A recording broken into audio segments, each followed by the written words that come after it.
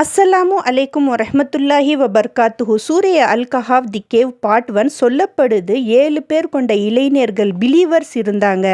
இறைவன் அல்லாஹ் ஒருவனேன்னு வர்ஷிப் பண்ணிட்டு வந்தாங்க. பயங்கரமாக ஃபெய்த் உள்ளவராக இருந்தாங்க.